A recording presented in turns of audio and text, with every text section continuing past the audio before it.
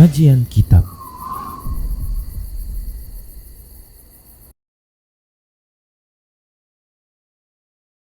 Bismillahirrahmanirrahim. Assalamualaikum warahmatullahi wabarakatuh. Innal hamdalillah nahmaduhu wa nasta'inuhu wa nastaghfiruh wa na'udzu billahi min shururi anfusina wa sayyiati a'malina may yahdihillahu fahuwal muhtadi wa may yudlil falan tajida lahu waliyyan mursyida. Asyhadu an la ilaha illallah wahdahu la syarika lah wa asyhadu anna Muhammadan 'abduhu wa rasuluhu alladzi la nabiyya ba'dah. Wa qala Allah Subhanahu wa ta'ala, ya ayyuhalladzina amanu taqullaha haqqa tuqatih wa la tamutunna illa wa antum muslimun.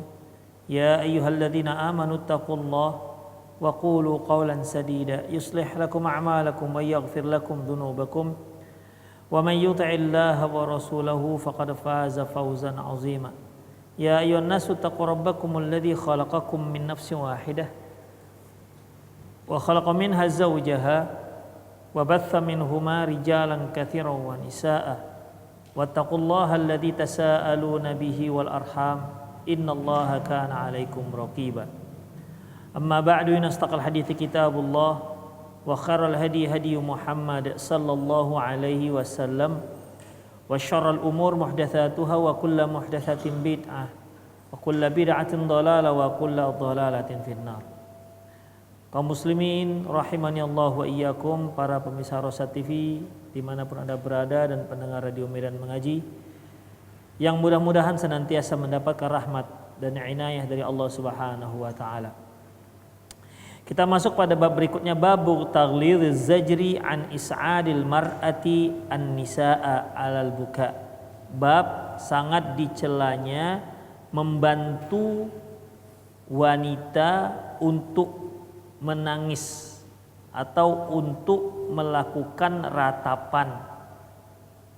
Ikhwah, dahulu ada memang orang-orang spesialis mereka yaitu tukang meratap. Karena ratapan itu kan perlu menangis dan ada ucapan-ucapan yang diucapkannya sehingga membuat orang ikut menangis. Ya, membuat orang ikut meratap bersama dia. Jadi ada memang orang-orang yang seperti ini.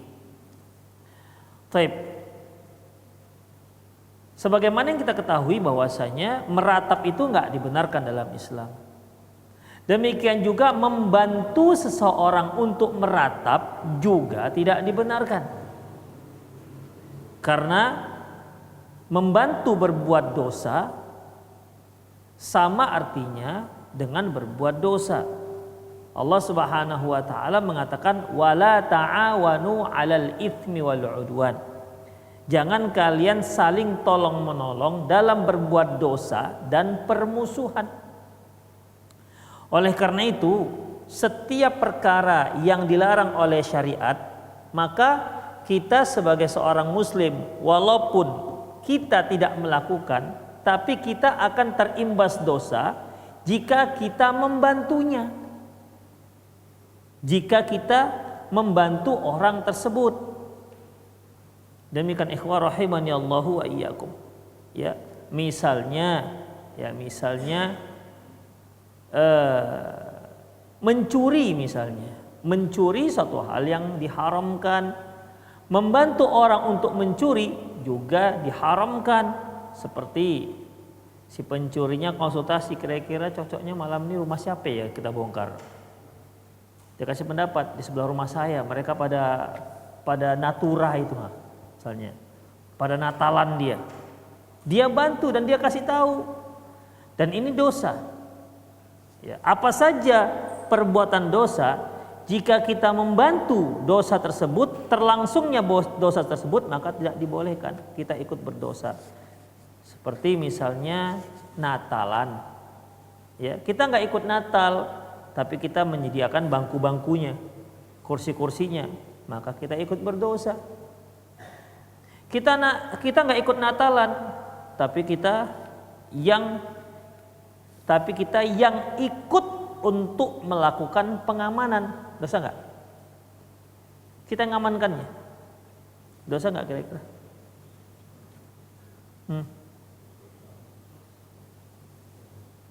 Dosa. Kalau antum sebagai TNI ikut mengamankan gereja, dosa nggak? Kalau antum sebagai TNI, aparat pengaman, maka antum nggak berdosa, karena memang tugas antum bukan hanya mengamankan gereja, tapi mengamankan seluruh penduduk. Demikian ikhwah, seperti kafir dhimmi, orang kafir yang berada di bawah kekuasaan kaum muslimin, diamankan, mereka diamankan, diberi keamanan ketika mereka beribadah, nggak apa-apa, karena itu merupakan hak mereka. Tapi kalau antum bukan sebagai aparat yang bertugas untuk mengamankan, kemudian sok-sok mengamankan, ya, nggak disuruh mengirimkan tim untuk mengamankan gereja, dosa. Itu bukan tugas antum. Demikian ikhwah. Ya, atau buat loreng sendiri gitu kan. Loreng misalnya abu-abu putih, anak SMA itu ya. Contoh aja lah. Bukan tugas kita nggak aparat. Boleh nggak? Nggak boleh. Karena acara yang sedang mereka buat adalah acara kesyirikan. Demikian. Tapi kalau aparat nggak ada masalah. Dia memang ditugaskan untuk mengamankan seluruh warga negara. Demikian ikhwah rahimanallah wa iyyakum, ya. Baik, selanjutnya. Demikian juga masalah ini, di mana meratap adalah perkara yang diharamkan, bahkan termasuk dosa besar. Baik, membantu mereka untuk mensukseskan mereka untuk meratap, membantu mereka untuk meratap, atau dia yang kasih konsepnya. Konsepnya begini nih. 2 menit pertama isak-isak dulu misalnya. 2 menit kedua barulah agak nangis-nangis sedikit. 2 menit ketiga misalnya inilah kalimat-kalimat yang harus kamu ucapkan. Demikian. Ya, dia mungkin pengalaman dalam masalah meratap, maka tidak dibolehkan, ya. An Ummi Salamata, dari Ummu Salamah, lamma mata Abu Salamah, ketika meninggal Abu Salamah yaitu suaminya, qultu gharibun wa fi ardi ghurbah. Dia adalah orang asing dan meninggal di negeri asing. La abkiyannahu bukaan yutahaddatsu anhu, kata Ummu Salamah. Aku akan ratapi dia. Ini aku akan menangisi. Maksud di sini aku akan ratapi. Karena kalau sekedar menangis tak masalah. Apa definisi menangis, ikhwah? Apakah orang menangis harus bersuara? Nggak harus. Taib. Kalau dia mengeluarkan air mata, sudah pasti menangis? Belum tentu. Ada orang keluarkan air mata tapi dikarenakan mengharu biru, artinya dia sangat gembira. Oke, dia menangis dikarenakan sebuah kesedihan. Apakah sudah termasuk menangis? Sudah masuk menangis, juga menangis, keluar air mata. Ada nggak orang menangis tanpa keluar air mata? Biasanya mereka katakan sudah kering air mataku, gitu sih. Mana pernah ada air mata kering? Ya, demikian. Selama masih minum dia, tetap ada air mata. Taib. Jadi ikhwan rahimanallahu, yang dimaksud menangis di sini yaitu meratap. Karena kalau nangis, Rasulullah pun pernah menangis. Ketika anak beliau Ibrahim meninggal, apa kata beliau? Inna ala ainu tadma' wal qulubu yahzun wa inna bi firaqika ya Ibrahim lamahzunun. Al ainu tadma', mata melinangkan air mata, wal qalbu yahzun, hati itu bisa bersedih. Wala naqulu illa ma yurdi rabbuna, dan kita tidak boleh mengucapkan kecuali apa yang diridhoi oleh Tuhan kita. Wa inna bi firaqika ya Ibrahim la mahzunun, sungguh kami dengan perpisahan ini sangat sedih wahai Ibrahim. Jadi di sini Rasulullah mengeluarkan air mata ketika seorang sahabat bertanya tentang air mata yang dikeluarkan Rasulullah SAW. Apa kata beliau? Innahu rahmah, itu merupakan air mata kasih sayang. Di sini ikhwah, la abkiyannahu bukaan yutahaddatsu bihi. Aku akan tangisi, maksudnya aku akan ratapi si Abu Salamah suaminya yang nanti akan menjadi buah bibir orang. Berarti kan dahsyat ini, dia mau niatnya itu dia akan meratap, yang ratapannya itu menjadi buah bibir orang.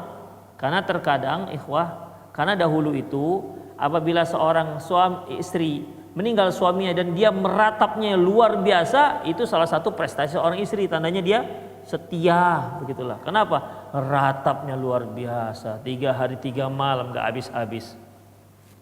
Itu dia. Jadi dianggap sebagai wanita yang setia.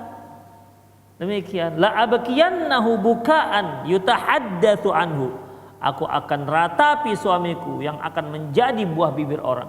Berarti kan ikhwah, meratapnya juga enggak ikhlas kan. Sudah meratapnya enggak boleh, enggak ikhlas lagi. Karena apa? Ingin agar orang menilai dia adalah seorang peratap, seorang istri yang sangat meratapi suaminya. Fakuntu qad tahayyatu libukai alaihi, dan aku sedang siap-siap untuk menangisi. Bayangkan ikhwah. Jadi ya macam sandiwara kan jadinya. Ya. Ini siap-siap mau nangis nih. Awas, hati-hati kalian. Nah, gitu kira-kira.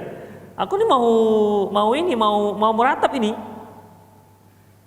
Karena kan ikhwah, kalau yang namanya orang sedih menangis itu kan enggak pakai ancang-ancang kan? Ya, enggak pakai ancang-ancang. Tapi dahulu tuh bisa seperti itu. Ya, bisa seperti itu. Id aqbalat, ketika aku sudah mulai bersiap-siap untuk meratap, untuk menangis. Id aqbalat imra'atun minas sa'idi turidu an tus'idani. Tiba-tiba datang seorang wanita dari daerah Sa'id. Sa'id ini daerah pinggiran kota Madinah. Tujuan dia untuk membantuku dalam meratap, dalam menangisi mayit. Kemudian fastaqbalaha Rasulullah sallallahu alaihi wasallam. Lantas dia ditemui oleh Rasulullah sallallahu alaihi wasallam. Waqal, dan berkata, aturidina an tudkhili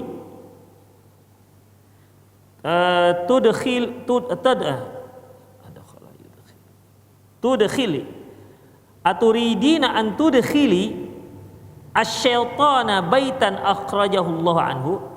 Apakah kamu ingin memasukkan setan dari rumah yang telah Allah usir dari situ?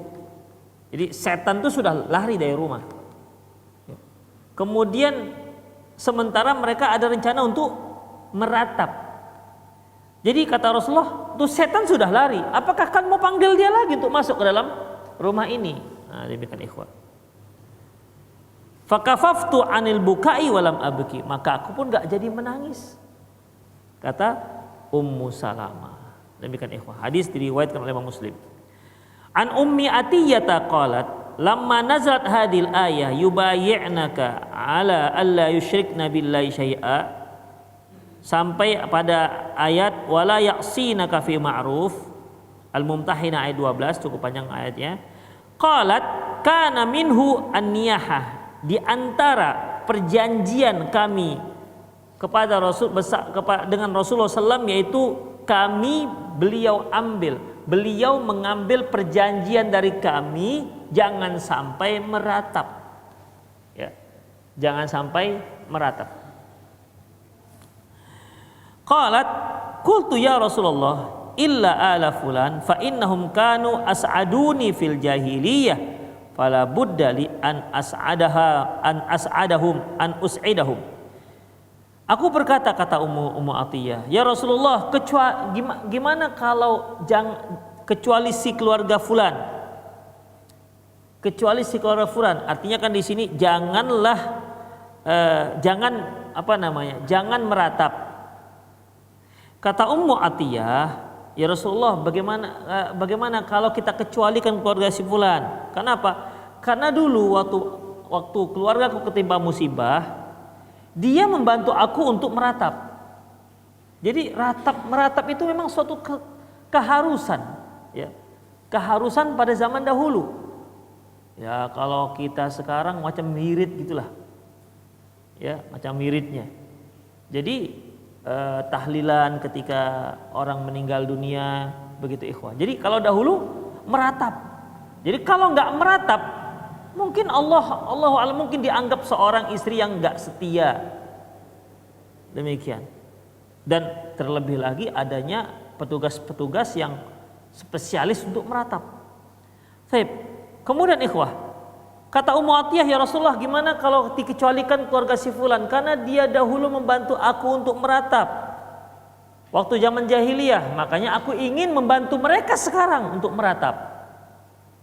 Faqala Rasulullah illa ala fulan. Lantas kata Rasulullah, kecuali keluarga si fulan. Oh, berarti masih boleh. Kecuali keluarga si fulan.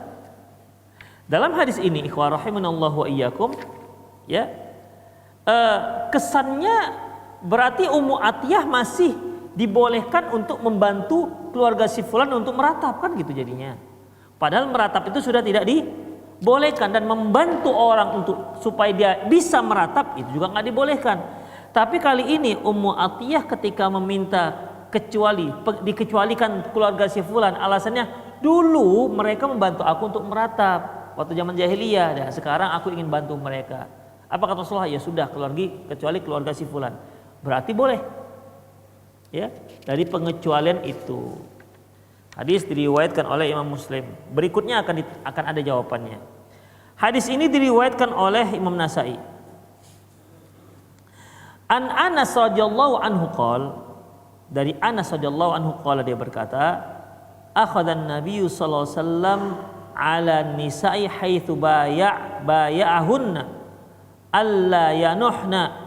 Nabi sallallahu alaihi wasallam mengambil perjanjian kepada kaum wanita, isinya diantaranya mereka tidak melakukan ratapan terhadap mayat. Itu diantara perjanjian yang Rasulullah ambil dari kaum wanita. Mengapa dari kaum wanita, ikhwah? Karena memang umumnya yang meratap itu kaum wanita. Fakulna, kami katakan, ya Rasulullah, inna nisa'an as'adana fil jahiliyah fanus'iduhunna fil Islam. Ya Rasulullah, dulu itu ada kaum wanita yang memang membantu kami pada masa jahiliyah. Membantu apa maksudnya? Membantu untuk meratap. Ya Rasulullah, dahulu itu waktu zaman jahiliyah itu wanita-wanita itu selalu membantu kami untuk meratapi jenazah-jenazah kami. Kemudian, apakah setelah kami masuk Islam juga boleh kami membantu mereka untuk meratapi? Faqala Nabi sallallahu alaihi wasallam, la is'ada. Tidak ada is'ad. Is'ad itu membantu orang untuk meratap. Sejak masuk agama Islam, sejak sudah memeluk agama Islam, maka tidak ada lagi yang namanya meratap. Haram meratap, dan haram juga membantu orang lain untuk meratap. Dan haram juga memberikan fasilitas, membantu, ikut andil, ya. Misalnya kalau meratapnya harus duduk di atas kursi misalnya. Kursinya dia, ini apa nih, mau meratap tar. Ada nih tempat aneh, ada kursi enak ini untuk duduk ambil meratap, enak itu.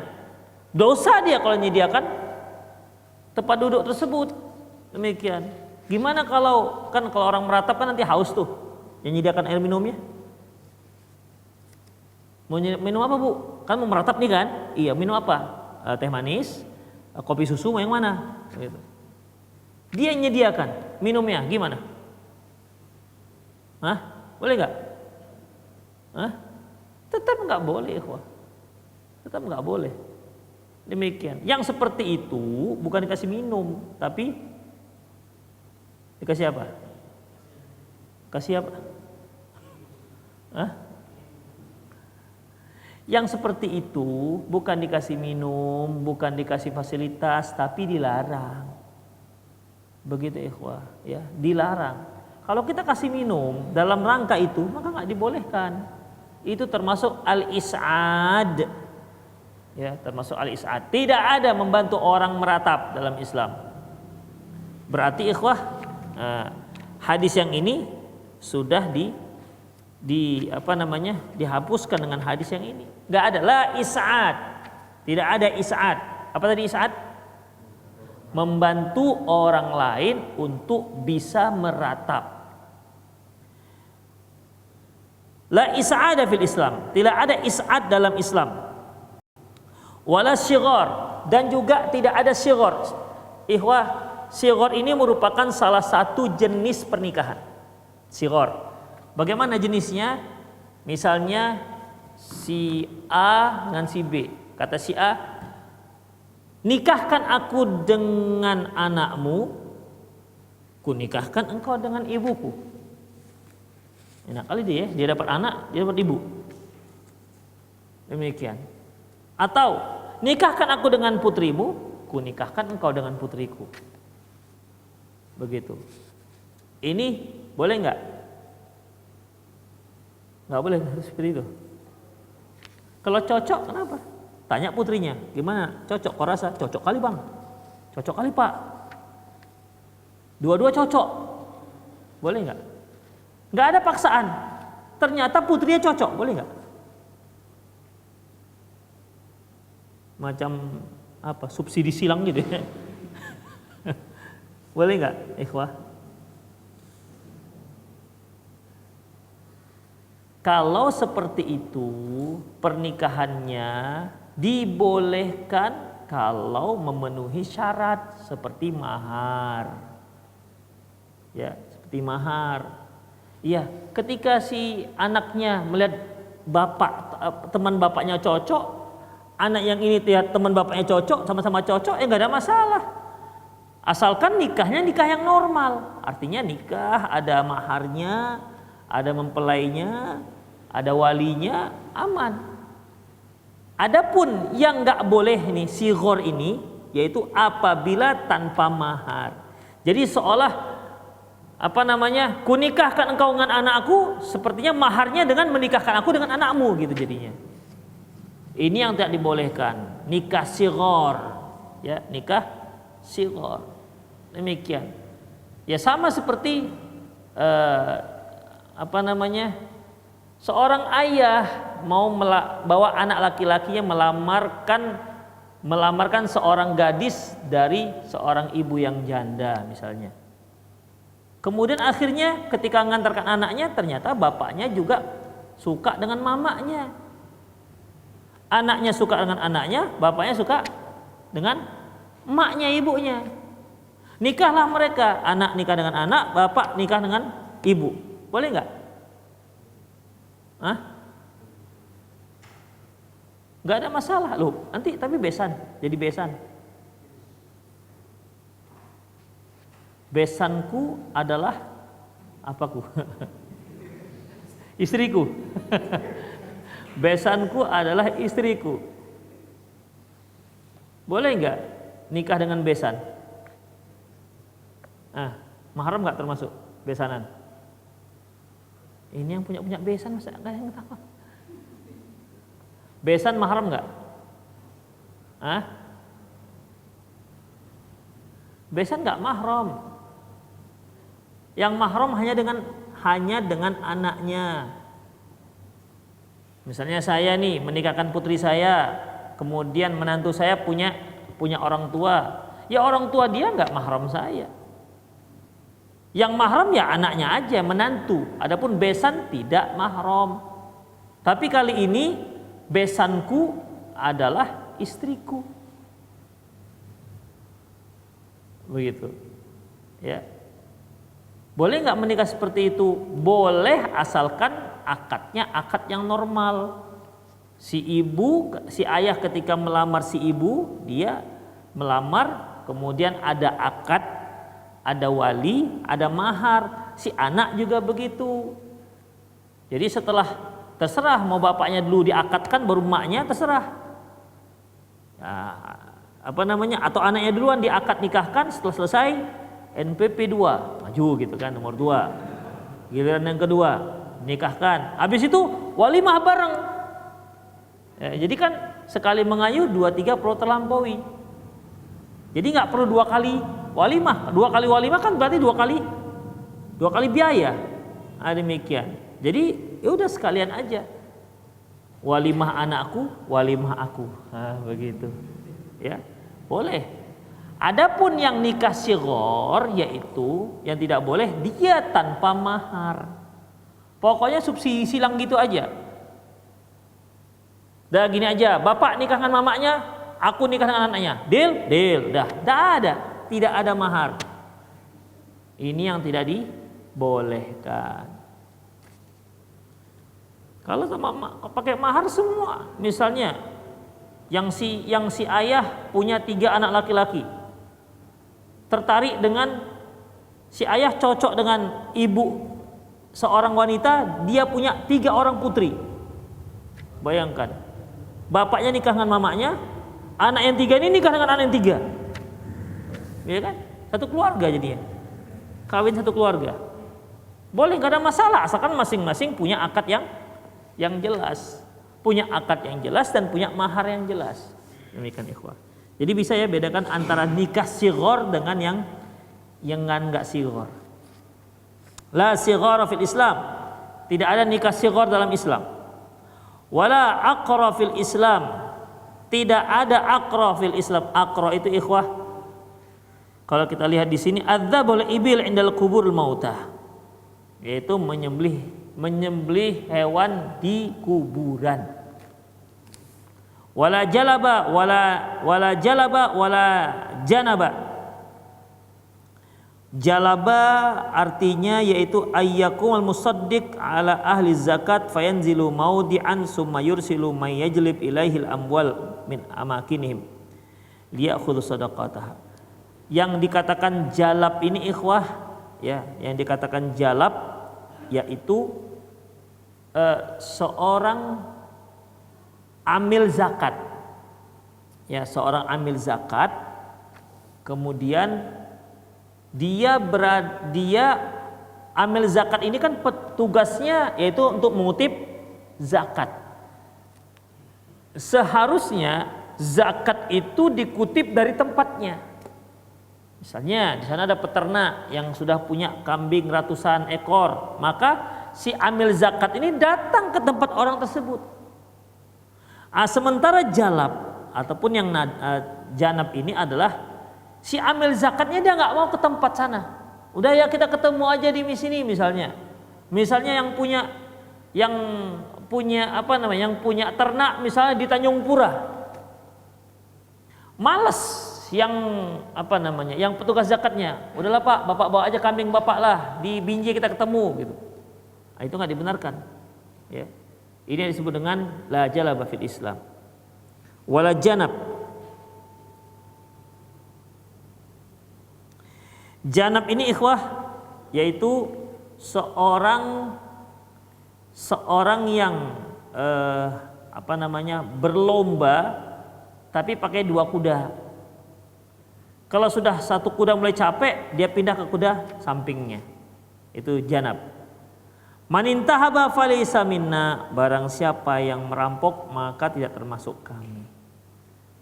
Min fikhil bab, di antara fikih bab, tahrimu ta'awun 'alal itsmi wal 'udwan. Haram hukumnya at-ta'awun. Haram hukumnya menolong, ta'awun saling menolong ya. Haram hukumnya saling menolong dalam perbuatan dosa dan permusuhan. Wadalla ala syarri kafa'ilihi, fadallu ala syarri kafa'ilihi. Mereka yang menunjukkan pada keburukan sama dosanya seperti yang melakukan. Wahuma fil wazri sawa, mereka kedua-duanya sama dosanya. Seperti ikhwah, ada orang yang mau minum tua, dia tanya, "Bang, di mana lapo tua?" Abang terus mentok belok kanan, sebelah kanan itu ada lapo tua. "Kasih Bang," katanya. Minumlah dia di situ. Maka yang nunjuk tadi itu dosanya sama seperti orang ini yang minum. Demikian ikhwah, maka nggak dibolehkan. Ya, apalagi misalnya Ya, dan dosa-dosa yang lain. Kebalikannya sama ikhwah. Man dalla 'alal khair falahu mislu ajri fa'ilihi. Barang siapa yang menunjukkan kebaikan, maka dia sama mendapatkan pahala seperti pahala orang yang melakukan. Itu dia. Jadi siapa saja yang menunjukkan kepada kebaikan. Misalnya ada yang tanya antum, kita di sini di mana ya untuk belajar? Saya belum bisa baca Quran. Di mana ya tempat belajar baca Quran? Tunjukkan. Oh, di masjid sana. Di sana ada gurunya. Coba kamu ke sana belajar. Dia yang nunjukkan, ikhwah. Ya, dia yang nunjukkan. Maka dia dapat pahala. Ya. Maka dia dapat pahala karena dia yang telah menunjukkan pada perbuatan baik. Hanya menunjukkan. Tapi kalau yang mengajarkan beda lagi, ikhwah. Kalau mengajarkan dia nanti akan mendapat amal jariah, ya, di mana pahalanya akan terus mengalir selama orang tersebut melakukan kebaikan yang ditunjukkan tersebut. Demikian ikhwah, yang diajarkan tersebut. Tapi kalau ini, ya, ketika dia menunjukkan, maka dia seperti mendapatkan pahala orang yang melakukan. Kalau dia menunjukkan yang buruk, maka dia mendapatkan dosa yang sama. 2. Tahrimul is'ad fil munahat. Haram hukumnya untuk menolong dalam masalah meratap. Wa huwa an taqumal mar'atu, yaitu seorang wanita berdiri fayaqumu ma'ahan nisa, dan bersamanya juga ada kaum wanita yang ikut berdiri. Yas'adnaha anin niyahah. Mereka menolong, membantu untuk berlangsungnya ratapan tersebut. Berarti kalau dahulu berdiri gitu ya, jadi satu orang memeratap dibantu oleh yang lain. Jadi dengan dibantu suara-suara yang profesional dalam masalah meratap, akhirnya orang ini jadi bisa ikut meratap. Wa hadhihi min 'adatil jahiliyatil lati abtalah syara'. Ini merupakan kebiasaan jahiliyah yang telah dibatalkan, yang telah dihapus oleh syariat. Wa harramaha wa syaddada fi dzalik. Dan syariat telah mengharamkan dan sangat mengharamkan. Wala tazalu hadhihi sa'adatu sayyi'ah inda katsirin minan nisa. Yang seperti ini sampai sekarang masih saja ada di kalangan kaum wanita. Fa yuraddidna fi dzalikal mithl jahiliyan. Dan mereka ulang-ulang, ya, seperti zaman jahiliyah dulu, yaitu dengan ucapan kullu syai'in dinun hatta dumul ain. Semuanya itu akan menjadi agama sampai-sampai air mata yang berlinang pun akan menjadi agama.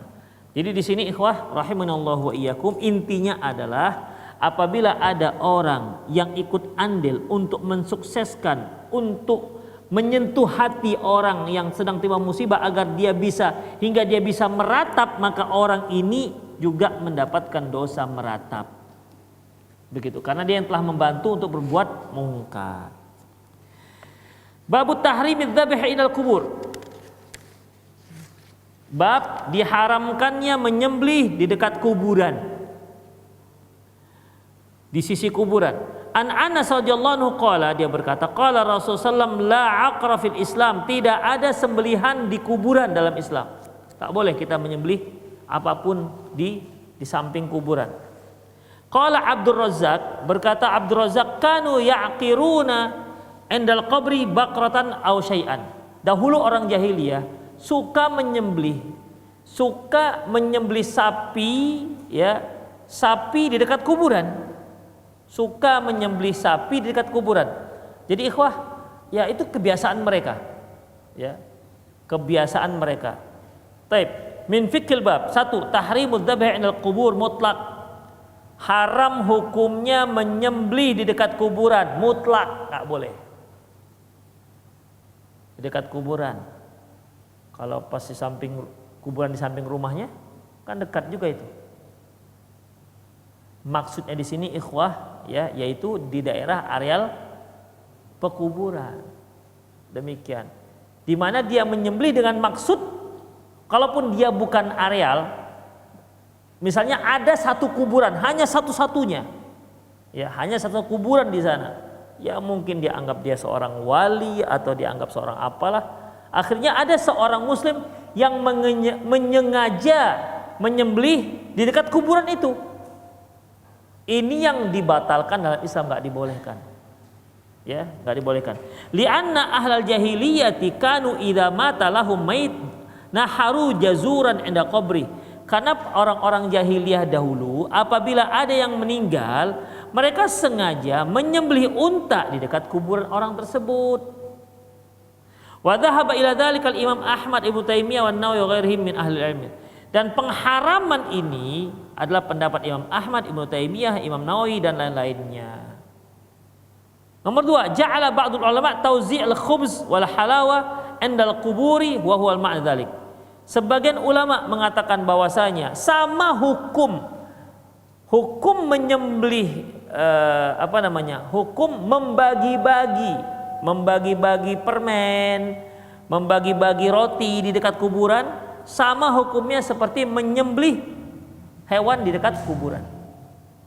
Demikian ikhwah.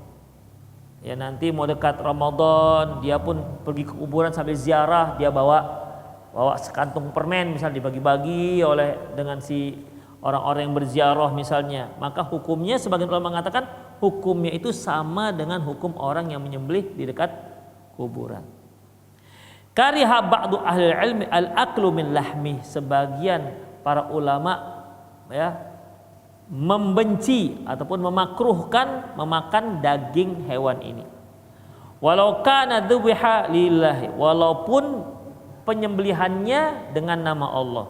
Li'annahu fihi shibhun bima dzubiha 'indan nusubi, karena dia mirip seperti orang yang menyembelih untuk berhala.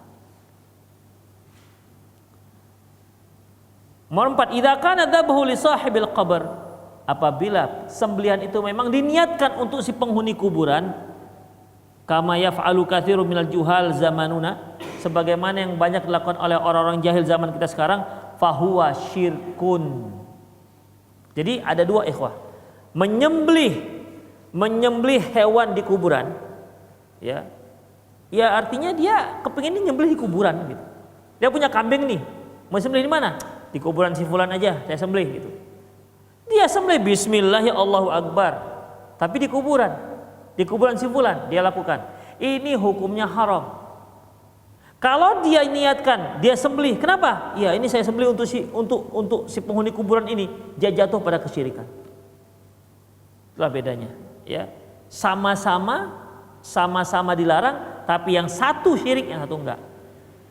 Demikian. Ikhwah rahimanallahu wa iyyakum. Jadi intinya tetap enggak dibolehkan menyembelih dekat kuburan. Tidak dibolehkan menyembelih di sisi kuburan. Karena ada dua, imma dia musyrik, imma dia melakukan perbuatan yang diharamkan oleh syariat. Sekarang dia menyembelih dekat kuburan. Maksudnya apa sekarang? Gak akan mungkin seorang itu menyembelih di kuburan tanpa ada niat dan maksud tertentu. Itu gak mungkin. Sama seperti ini ikhwah. Seorang yang berdoa di dekat kuburan. Misalnya di sana ada kuburan seorang wali, misalnya Malikus Saleh misalnya, kuburan Malikus Saleh. Dia berdoa di sana, di kuburan tersebut. Kalau kita tanya, kamu doanya apa? Kamu minta siapa?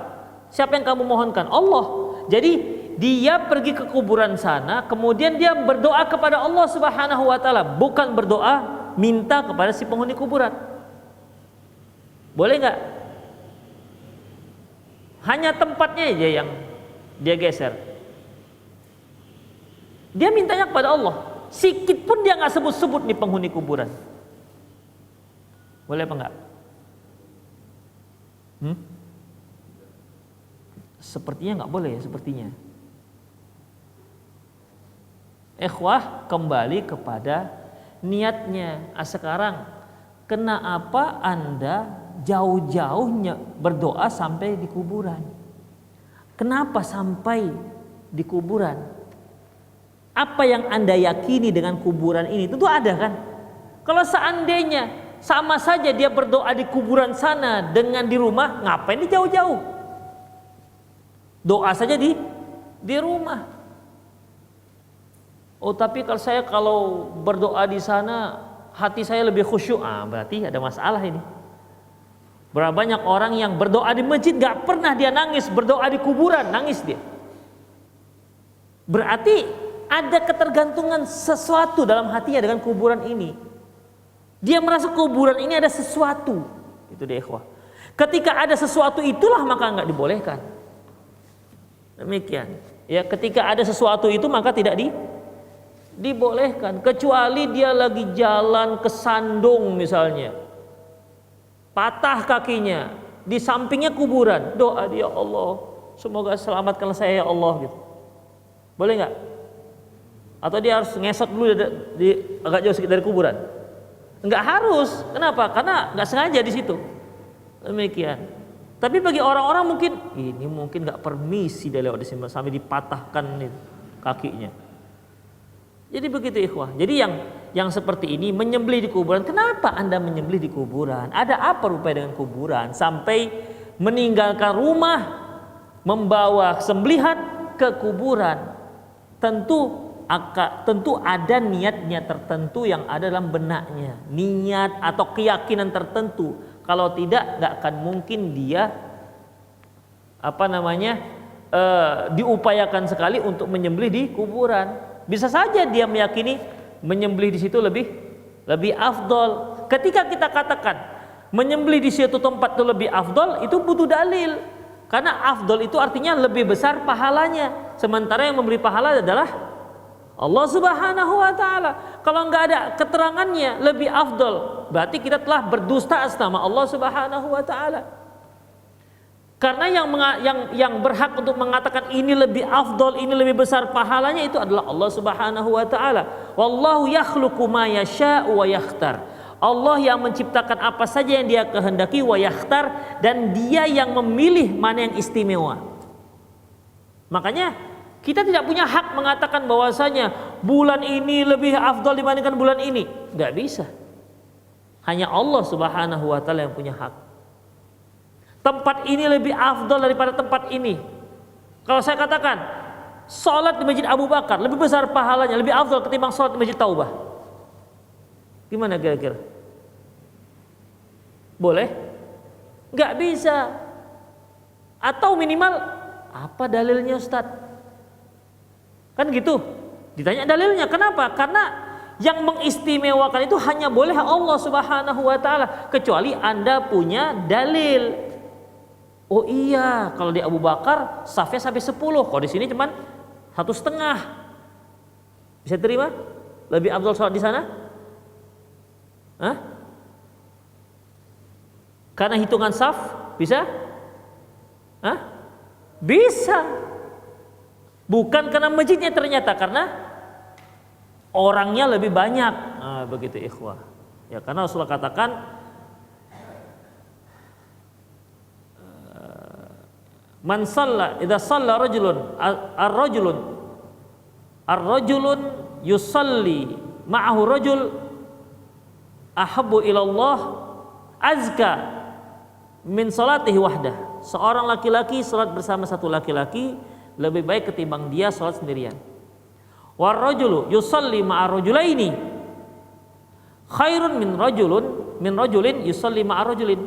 Seorang laki-laki salat bersama dua orang itu lebih afdal ketimbang seorang laki-laki bersama satu laki-laki. Fama aktsaru fahuwa ahabu ilallah. Semakin banyak maka semakin dicintai oleh Allah Subhanahu wa taala. Kalau begitu masalahnya bukan karena tempatnya, tapi dikarenakan banyak yang berjamaah di sana. Demikian ikhwah. Itu bisa diterima. Kenapa? Karena ada dalilnya. Demikian. Makanya kalau kita sholat di Masjidil Haram itu sudahlah tempatnya lebih afdol, kemudian jamaahnya pun jutaan, udah nggak tanggung-tanggung. Mana ada jamaah yang bisa melebihi jamaahnya Masjid Nabawi dengan Masjidil Haram? Demikian ikhwah dalam sholat sehari-hari. Demikian ikhwah. Ya, kenapa Masjidil Haram lebih afdol? Yang kata Rasulullah sholat satu kali di Masjidil Haram sama dengan 100.000 di masjid-masjid yang lain. Kenapa? Mengapa demikian? Siapa yang menetapkannya? Allah yang menetapkan. Demikian, bukan kita. Allah yang menetapkan. Makanya ikhwah, sekarang berdoa. Tempat yang paling afdal berdoa di mana?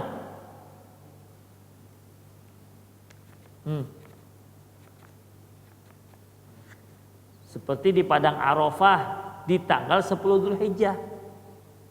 Harus ada dua. Padang Arafah di tanggal 10, di tanggal 9 Dzulhijjah. Kalau di padang Arafah di tanggal 1 Muharram enggak. Ya. Atau tanggal 9 Dzulhijjah tapi di pesantren Darul Arafah enggak juga. Dia harus di padang Arafah di tanggal 9 Dzulhijjah, itu tempat. Demikian. Mengapa demikian? Allah lah yang telah memberikan keistimewaan melalui lisan Rasulullah sallallahu alaihi wasallam. Demikian ikhwah rahimani Allah wa iyyakum. Ya, jadi dalam masalah ini enggak dibolehkan, haram hukumnya menyembelih hewan di dekat kuburan dengan niat apapun, dan lebih parah lagi kalau niatnya menyembelih untuk si penghuni kuburan, itu sudah masuk kepada kesyirikan. Selanjutnya ikhwah, idza kana dzabahu li sahibil qabr kama yaf'alu katsirun min juhalin zamanina, apabila sembelihan itu untuk si penghuni kuburan sebagaimana yang dilakukan oleh kebanyakan orang jahil zaman kita sekarang, bahwa syirkun, maka itu syirik. Aklu haramun, memakannya haram. Wa fiskun, dan fisik, sebagaimana firman Allah Subhanahu wa taala, wala ta'kulu mimma lam yudhkar ismullahi alaih innahu lafiskun, janganlah kamu memakan daging yang tidak disebutkan nama Allah, sungguhnya itulah perbuatan fasik. Al-An'am ayat 1:21. Demikian ikhwah rahimani Allah wa iyyakum. Ya, jadi tidak boleh menyembelih di dekat kuburan. Ya, walaupun kita tidak niat apapun. Ada seorang bernazar. Dia bernazar akan menyembelih hewan bibuana. Buana itu nama tempat. Kemudian dia tanya Rasulullah, apakah saya boleh melaksanakan sembelihan ini, nazar ini? Kata Rasulullah, hal fihi wathanun yu'bad, apakah di sana ada berhala yang disembah? Pertanyaan tadi apa? Apa tadi pertanyaannya? Ya, boleh enggak menyembelih? Dia kan ini bernazar. Bernazarnya menyembelih hewan di buana. Itu pertanyaannya. Boleh enggak ya Rasulullah? Malah Rasulullah yang Rasul tanya apa tadi? Adakah di sana berhala yang disembah? Loh, apa urusannya dengan berhala? Pertanyaannya, saya mau melaksanakan nazar di daerah Buana, boleh apa tidak? Boleh. Rasulullah tanyakan, apakah di sana ada berhala yang disembah? Ada ya Rasulullah. Kalau begitu jangan kamu sembelih di sana. Kenapa? Tasyabbuh dengan orang-orang yang menyembelih untuk berhala. Makanya dilarang Rasulullah SAW. Padahal sahabat ini kan dia nazar bukan menyembelih dengan maksud untuk berhala, tapi karena di situ ada berhalanya yang disembah orang, akhirnya Rasulullah larang, jangan kamu sembelih di sana, cari tempat lain.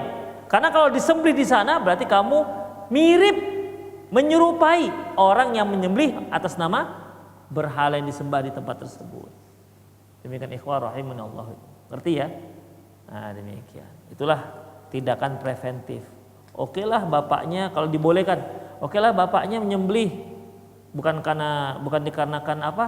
Ada berhala di sana. Memang dia nazarnya seperti itu. Nanti kalau anaknya mau hamil gimana? Oh, bapakku saja nyembelih di sana. Padahal di sana ada berhala. Ya jangan-jangan memang bolehnya menyembelih untuk berhala, difahami oleh si anak. Makanya Islam itu benar-benar menutup semua perbuatan jalur-jalur yang dapat menjerumuskan seorang jatuh kepada kesyirikan. Itulah tindakan preventif dalam Islam yang sangat ketat. Apabila Islam mengharamkan sesuatu, maka semua jalur yang menuju ini dikat habis. Ya, nggak boleh.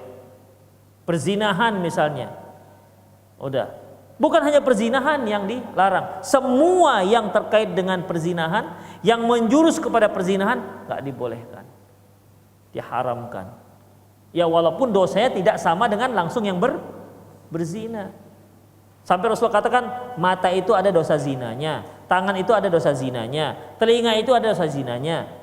Karena apa? Karena yang demikian ini yang akan mengarah pada perzinahan yang hakiki. Dosa yang paling besar adalah dosa zina yang hakiki, yaitu lakukan hubungan suami istri yang tidak halal. Dua orang yang melakukan hubungan yang tidak halal, itulah perzinahan.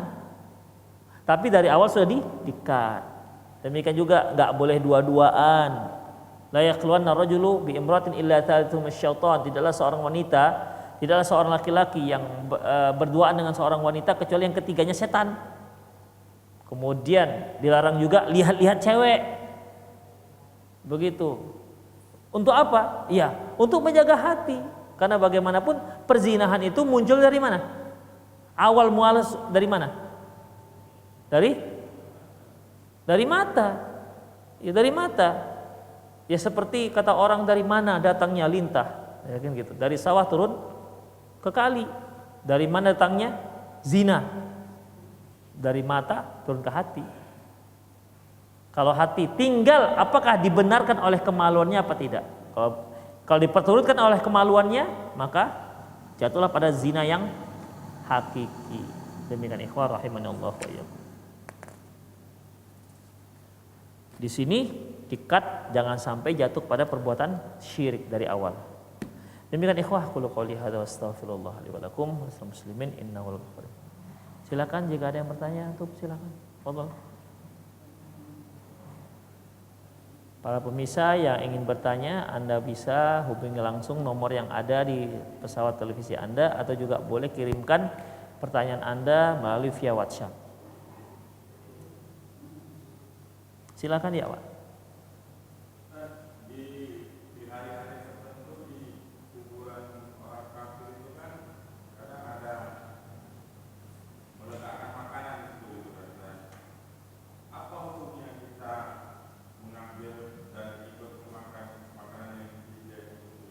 Ya, makanan itu dibuang atau bagaimana? Diletakkan itu maksudnya mereka nggak akan ambil lagi gitu? Atau nanti mereka letakkan, agak 2 hari lagi mereka ambil lagi gitu? Gimana?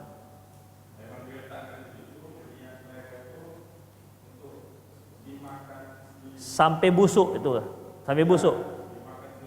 niatnya untuk dimakan di penghuni kuburan itu. Iya, maksudnya sampai busuk, pokoknya busuk di situlah. Bukan nggak ada, nanti 2 hari lagi diambil lagi gitu lah. Ikhwah, lihat makanannya apa. Kalau dia berupa pisang, jeruk sangkis, buah pir, sikat. Daripada siapa yang makan? Kita lebih berhak makan itu dibandingkan jinnya. Jin nggak makan itu. Demikian. Karena akan busuk. Demikian. Tapi kalau dia berupa sembelihan, daging, mengkilat lagi itu dagingnya, ya itu nggak dibolehkan. Kalau berupa daging-dagingan. Ya, tapi kalau berupa buah-buahan tadi boleh diambil. Ya, daripada mubazir kan, daripada busuk di luar, busuk di dalam. Boleh. Dan marah nggak dia kalau diambil? Marah nggak kalau diambil? Hah? Marah Pak? Oh, kalau marah jangan. Kalau nggak marah boleh. Tanya, bang ini boleh diambil? Boleh, ambil aja. Kalau perlu sebelum diletak, sini aja sini bang. Kalau marah jangan. Ya. Tapi setahu saya sesajen itu tidak lagi buah betulan sekarang. Dia sudah buah plastik. Jadi nggak busuk-busuk itu. Kalau udah buah plastik. Dan kalau waktu kecil saya dulu di Sukarame itu kan banyak orang Chinese, orang Buddha. Itu memang masih bagus-bagus buahnya, apel gitu. Tapi sekarang sepertinya enggak itu lagi. Pisang raja sekarang kan udah pindah. Pisang goreng termasuk itu masuk situ. Ada lagi kopi. Kopi juga ada. Kopi sudah jadi minuman. Oh, kopi hitam. Espresso nggak dia pakainya?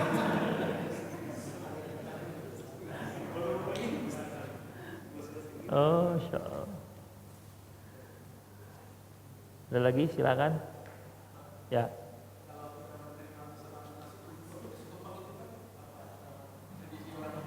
Ya.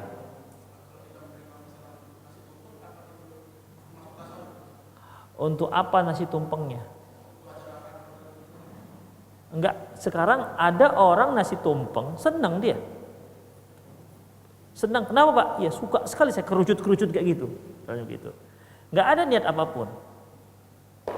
Ya sekarang kita buat nasi, kita mau makan nasi, kita buat bentuk segitiga, segi empat, trapesium, jajaran genjang, kubus, boleh nggak? Nggak ada masalah. Ya, dibuat piramid nggak ada masalah. Demikian ikhwah rahimanallahu wa iyyakum. Terserah mau bentuk helikopter juga nasinya nggak ada masalah. Ya, tapi kalau dia punya niat-niat tertentu itu baru nggak dibolehkan. Itu dia. Makanya yang si pemesan itu niatnya apa sekarang? Niatnya. Ya kalau dia si tumpeng mungkin untuk apa namanya? Untuk pembukaan apa dengan niat apa, maka jangan diterima yang seperti itu. Jangan terima. Ya karena jelas niatnya bukan lagi sekedar suka dengan bentuk nasi tumpeng, tapi niatnya sudah niat tertentu sebagaimana yang diniatkan oleh orang-orang yang non muslim. Jelas ini tasyabuh, nggak dibolehkan. Ya, jelas tasyabuh. Dan sebagai tindakan preventif, kita nggak usah pesan nasi tumpeng. Kalau ada tamu, nggak usah dibuat tumpeng. Tumpeng itu kan apa ya kan? Apa namanya? Bentuknya apa namanya? Limas ya? Kok limas sih? Kerucut, bentuknya kerucut. Ya kan? Antum jangan buat kerucut, buat trapesium, agak bengkok gitu. Demikian. Jajaran genjang. Buat bentuk jajaran genjang atau buat macam piramid. Ya kan? Kan gitu juga, runcing juga. Untuk apa? Sebagai tindakan preventif. Nanti kalau kita buat begitu, anak kita lihat, oh dulu ayah dia suka pesannya nasi tumpeng. Demikian, akhirnya mereka nanti punya tafsiran-tafsiran tersendiri. Gitu dia gara-gara kebiasaan-kebiasaan akhirnya punya tafsiran sendiri. Nanti kalau udah ke cucu nanti lebih berkembang lagi tafsirannya. Pantas kakek kaya. Setiap bulan Muharram mereka makannya pakai nasi tumpeng. Udah, nanti cucutnya lagi, cecetnya lagi punya apa namanya tafsiran-tafsiran tersendiri. Kan sama seperti kisah Nabi Nuh alaihissalam. Kaum Nabi Nuh yang dimana 5 patung Suwa, Yaghut, Ya'uq, Nasra. Ya, ada 5 patung yang disebutkan surah Nuh. La tadharunna alid wa la tadharunna waddan suwa'an Yaghuth Ya'uq Nasra. Ada 5. 5 orang ini tadinya adalah orang soleh. Kemudian setelah 5 orang ini meninggal, ya mereka termasuk public figure pada waktu itu. Menjadi orang apa namanya? Uswah, tauladan bagi penduduk waktu itu. Penduduk itu sangat sayang dengan cinta dengan 5 orang soleh ini. Setelah 5 orang soleh ini meninggal dunia, setan bisikkan, buatlah patung sebagai tanda sayang kalian, mengenang jasa-jasa mereka. Akhirnya dibuat patung hanya sekedar untuk mengenang jasa, untuk mengenang bagaimana kesolehan mereka. Jadi masyarakat ketika melihat patung itu ikut bangkit semangat untuk beribadah kepada Allah Subhanahu wa taala, sama sekali tidak ada niat untuk disembah. Kata Ibnu Abbas, fatala alaihimul amad. Setelah zaman berganti zaman, nasiyal ilm, nusiya ilmu yang tadi yang sebenarnya hanya untuk sebagai pengenang, bukan untuk disembah, itu hilang, sirna. Hingga akhirnya fayu'bad, akhirnya patung itu jadi disembah. Demikian ikhwah. Makanya dalam Islam benar-benar agama yang sangat ketat dalam masalah ini. Gak boleh buat patung.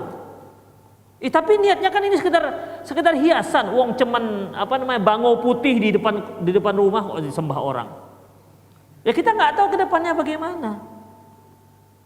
Jangan-jangan bangau putih itu tetap di situ selama 200 tahun. Nanti 200 tahun kemudian jangan-jangan sudah ada sesajen di situ yang dilakukan oleh cucu-cucu kita. Cucunya cucu kita. Cicit cucunya lagi. Demikian. Wah, ini kenapa bangunya ini kok dia tetap awet? Berarti, kan begitu, udah ditafsir yang aneh-aneh. Padahal dulu hanya sekedar hiasan untuk depan rumah. Begitu, supaya cantik gitu aja, asri, terlihat lebih indah. Makanya tidak dibolehkan. Kalau antum mau juga buat patung, bangun itu patahkan kepalanya, tinggalkan leher. Boleh, nggak masalah. Itu caranya ikhwah. Makanya nggak boleh buat gambar-gambar lukisan manusia dan hewan dan buat patung, haram hukumnya, nggak dibolehkan. Itu tindakan preventif agar menghindarkan kaum muslimin dari perbuatan syirik ke belakang hari. Demikian ikhwah. Ada lagi?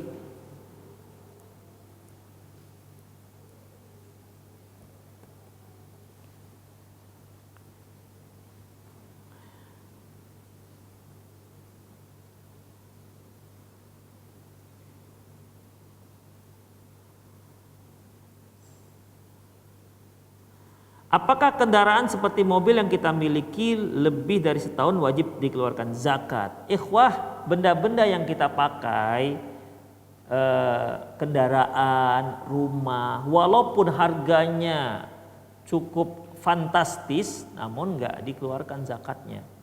Misalnya, saya punya baju gamis. Ini gamis ini saya beli harganya hampir 150 juta. Kenapa? Karena ini peninggalan khalifah apa gitu kan. Kan bisa mahal kan? Ini gamisnya Harun ar-Rasyid misalnya begitu kan. Kan jadi mahal ya karena ada benda sejarahnya, ada nilai sejarahnya. Saya beli 150 juta. Kan sudah lebih nisab kan? Maka enggak termasuk ada zakat. Contoh demikian. Atau emak-emak yang beli tas harga 200 juta. Tas saja 200 juta harganya. Iya, bagi mereka nggak masalah yang banyak duitnya. Nah, bagi kita 200 juta ya beli tanah. Atau ada yang niat mau nikah lagi 200 juta. Ada demikian ikhwah. Jadi dalam masalah itu ya kalau dia pakai nggak ada masalah. Dia tidak dizakati. Mobil misalnya, berapa mobilnya? 10,8 M. Beli Ferrari dia. Demikian 10,8 M. Dia pakai sehari-hari lewat di Prona, parkir di sini mau sholat misalnya gitu kan. Gimana? Apakah dikeluarkan zakatnya? Enggak, karena dipakai. Atau rumah yang dipakainya. Rumah yang dipakainya berapa itu rumah ya? Paling harga 25 miliar. Demikian kamarnya 16. Yang dipakai cuma 2. Demikian ikhwah. Jadi gimana? Enggak. Ya. Jadi yang dizakati itu ikhwah harta yang seperti uang, kemudian emas, itu dia. Kalau dia punya perdagangan, maka harta dagangnya itu dizakatkan. Macam tadi itu, dia punya mobil, tapi mobil yang diperdagangkan, jual beli mobil dia, berarti bukan mobilnya yang dijadikan sebagai keluarkan zakat, tapi sebagai dia mobil sebagai barang dagangan. Itu zakat tijaroh, zakat perdagangan. Itu ikhwah. Rumah nggak ada zakatnya, tapi kalau memang dia jual beli rumah, dia buat properti, kemudian dia jual, berarti itu menjadi zakat tijaroh, zakat perdagangan. Tapi kalau rumah yang dia pakai, dia punya rumah 6 misalnya, dipakai semua, atau satu dibiarkan kosong gitu, apakah dizakatkan? Enggak. Demikian ya, Allahu a'lam bishawab. Apakah kalau kita sholat selesai baca Al-Fatihah terus amin? Apakah harus membaca bismillah lagi untuk melanjutkan bacaan? Allahu a'lam bishawab. Ucapkan lagi bismillah ya, sebagai pemisah antara Al-Fatihah dengan yang yang lainnya. Tapi tidak lagi baca a'udzubillah. Berwudu boleh hanya sekali-sekali saja dikarenakan sering batal karena kentut. Syukron. Boleh, nggak ada masalah. Ya, asalkan sempurna. Jadi dia membasuh wajahnya itu 3 kali kan, tapi 1 kali sempurna boleh. Karena Rasulullah pernah wudu sekali. Ada yang 2 kali dan 3 kali. Lebih daripada 3 kali nggak dibolehkan. Apabila lebih daripada 3 kali, apa kata beliau? Faqad ta'ada wa zalama. Kalau dia lebih daripada 3 kali, berarti dia telah melampaui batas dan telah berbuat kezaliman. Tidak dibolehkan lebih daripada 3 kali. Maksimal 3 kali, minimal sekali. Setengah nggak sah. Setengah nggak sah. Basuh sebelah kiri aja. Itu nggak sah.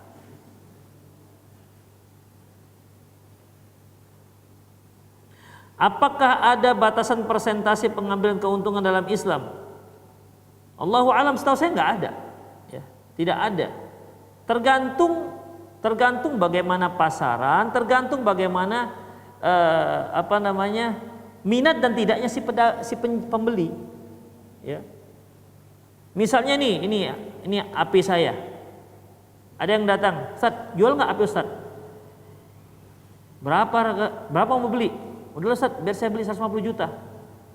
Ini HP saya, HP ininya beli di sana juga ada di Millennium Plaza. Enggak, semuanya yang punya Ustadz ini mau saya beli 150 juta. Udah berapa kali lipat untungnya? Boleh nggak saya jual 150 juta? Hah? Boleh, ada yang mau beli itu. Demikian, ya. Kalau dia ada yang mau silakan. Demikian ikhwah. Tapi ingat, jangan ada niat-niat yang lain. Kenapa mau beli HP ini? Ini banyak kali nampaknya berkahnya. Sering auranya itu merah jambu misalnya begitu. Ya, itu hati-hati, bisa jatuh pada bid'ah, bisa jatuh pada kesyirikan nanti. Karena ada seorang ustadz yang pernah dia datang dan dia buka salnya, selendangnya, siapa yang mau beli ini seharga 20 juta? Ada yang mau, insya Allah. Ada yang mau. Ya, dikarenakan selendang si ustadz, dikarenakan cari berkahnya. Ini kan ikhwah, kalau antum mau cari berkah, carilah berkah yang sudah memang benar-benar ada berkahnya. Masjid, nah, jelas itu ada berkahnya. Masjid Haram misalnya, berbakti kepada orang tua, itu jelas ada berkahnya. Tapi kalau yang nggak jelas jangan. Jadi intinya adalah tidak ada batasan persentase keuntungan, tergantung bagi si peminat. Kalau kira-kira dia sangat berminat, naikkan harganya. Kalau dia kira-kira nggak berminat, ya sudah, minimal laku, ya kan? Jadi tidak ada batasan keuntungan. Demikian ikhwah, rahimanallah wa iyyakum.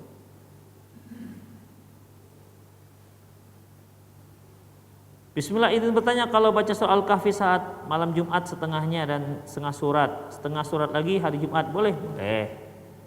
Yang penting dia baca surah Al-Kahfi.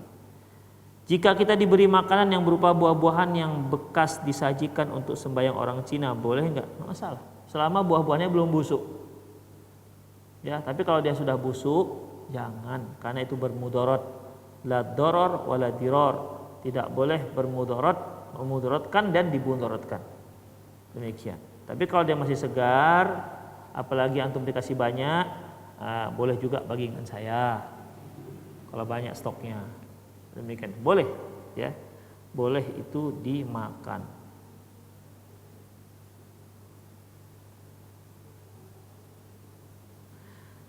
Bagaimana solusi sholat ba'da zuhur ketika itu ada sholat jenazah juga di masjid? Tidak ada solusinya. Udah antum sholat jenazah, habis itu sholat ba'diyah zuhur. Kalau antum mau lebih banyak pahala, ikuti dia sampai selesai dikebumikan. Antum dapat 2 qiraat. Ya, dapat 2 qiraat. Bagaimana solusi agar dapat sholat qobliyah zuhur ketika masjid tempat kita sholatnya lumayan cepat jarak antara azan dan qomatnya Ustadz? Solusinya datangi Pak Imam, tolonglah Pak Imam, dipanjangkan dikit, dilamakan dikit, ya gitu. Ya, Begitu. Atau datang sebelum adzan. Datang sebelum adzan. Begitu dia adzan tuh sudah siap-siap di masjid. Begitu la ilaha illallah, doa sebentar, langsung sholat. Demikian ikhwah. Ya, yang penting ada tomak-ninahnya. Tapi kalau sudah qomat baru antum bergerak dari rumah, kemudian gimana Ustadz? Gak bisa sholat qobliyah. Oh, antum bergerak dari rumah sudah qomat? Ya, demikian. Jadi bisa kalau kita mau. Ya.